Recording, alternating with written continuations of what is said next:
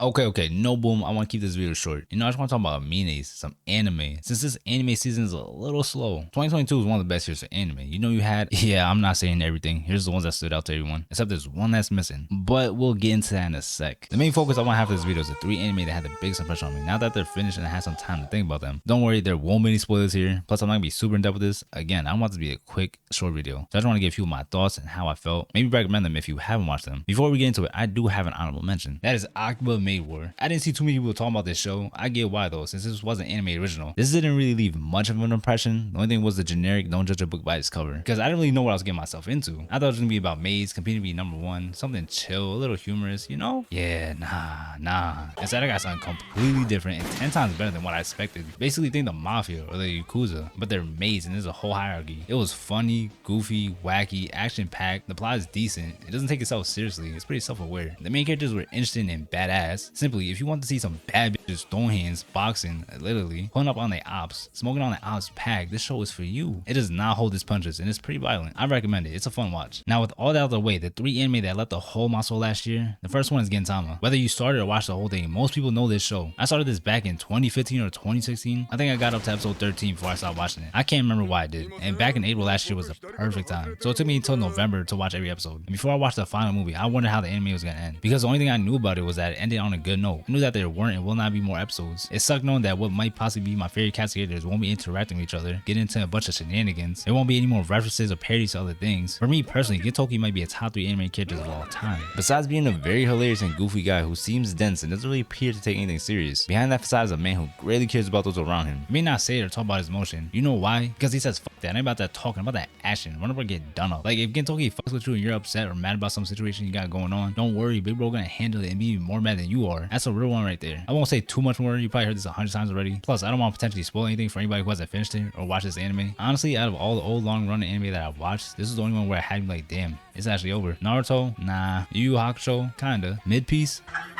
Bleach, oh yeah, when that wraps up, definitely. Especially when we've been smoking on that hater pack, that's gonna be something special. I will say, if you plan on watching Gintama, just know you won't get every joke they're trying to make unless you know Japanese culture, its history, and its society. Also, it does start off a little slow, but once it finds its footing and figures out what kind of show it wants to be, it continues to get better and better. I'm gonna miss this anime. Now, the second anime that tore a piece of my soul last year, Summertime Rendering. Honestly, this is really the reason why I want to make this video. I did make a video recapping the show back in September, but it just kept getting copyright claim. So I said, fuck it, and just stopped re-uploading it. Now, you may be wondering, what is this anime? Which I don't blame you since a lot of people don't know about it. It's so heartbreaking. See, nobody mentions this at all in their list of their favorite or best anime of last year. Now you're probably thinking, maybe it was trash. You mind your manners. Let me tell you something right now real quick. You mind your manners. You watch your tongue and your blasphemy before you open your mouth. Well, I don't think so. Because whenever I do see someone talk about this show, they have nothing but love and praise for it. Also, this list of the Japanese fans' top anime of last year has Summertime Runner at number 10. Beating out Attack on Titan, Bleach, and Demon Slayer. Which says a lot. You want to know whose fault it is? Disney. Because they decided to pick up this show and not do anything with it unless you lived in Japan. So since it wasn't on any streaming services in the US at the time it was airing, there wasn't any kind of promotion for it. Why did they do that?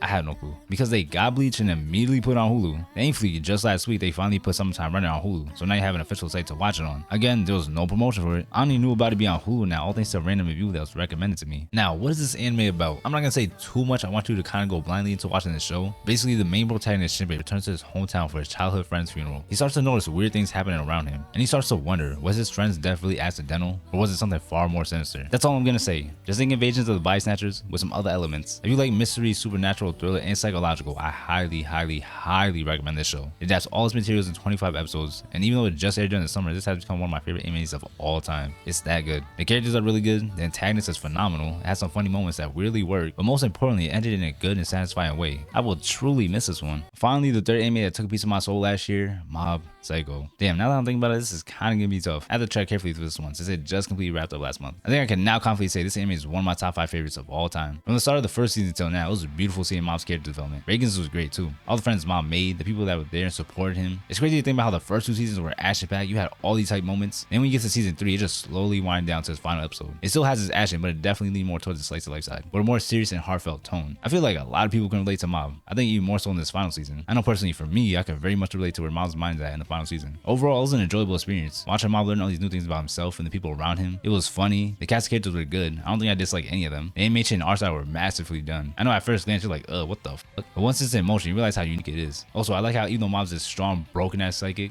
it's not heavily relied on or it's not overused. And that aspect actually ties in with the story, which is dope. I can't think of much more to say without getting into spoilers. If you have not watched the anime, I definitely recommend it. You won't be disappointed. Or if you haven't started season 3 yet, you need to get on that ASAP. It wraps up beautifully and I'm going to miss this one. But I think it's time to start wrapping this up. You know that feeling of emptiness doesn't truly set in until you finish consuming whatever media you're enjoying. And you realize, damn, that was really good. I did not expect to be so invested and enthralled in it. Now, let me know in the comments. Do you have something that left you feeling empty? Whether it's a game, a show, a movie, or an anime. Also, should I talk about more anime in the future? Let me know. So with that, I hope you enjoyed the video. Like, subscribe, share with whoever you think might enjoy my content. Other than that, I'm out. Peace.